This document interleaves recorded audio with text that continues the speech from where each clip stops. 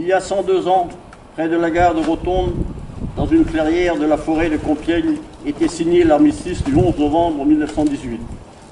Ainsi s'achevait, après 4 années de combats meurtriers, la Première Guerre mondiale.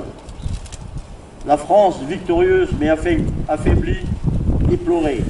1 400 000 morts, 740 000 invalides, 3 millions de blessés, des centaines de milliers de veuves et d'orphelins. Ce bilan très lourd nous rappelle nos valeureux aînés tombés au champ d'honneur et reflète l'ampleur de leur sacrifice consenti par un idéal de paix, de liberté et de fraternité.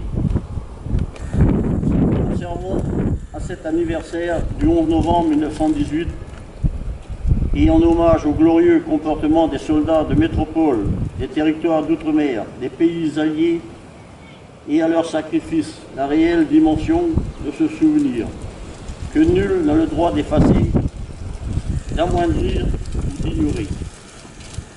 Ils sont morts pour la France. N'oublions pas non plus nos combattants des opérations extérieures pour qui cette date du 11 novembre est la façon qu'a la France d'honorer ceux qui se battent et parfois meurent loin de leur pays.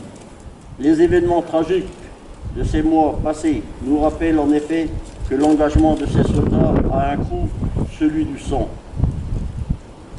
En cette année 2020, l'Union française, ses anciens combattants et les victimes de guerre, l'UFAC, estime que la situation internationale, particulièrement dangereuse, rend plus important que jamais le rôle de l'Organisation des Nations Unies en ce 75e anniversaire de la signature de la charte.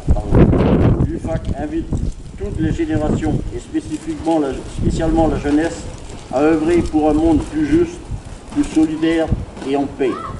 Vive la République, vive la France.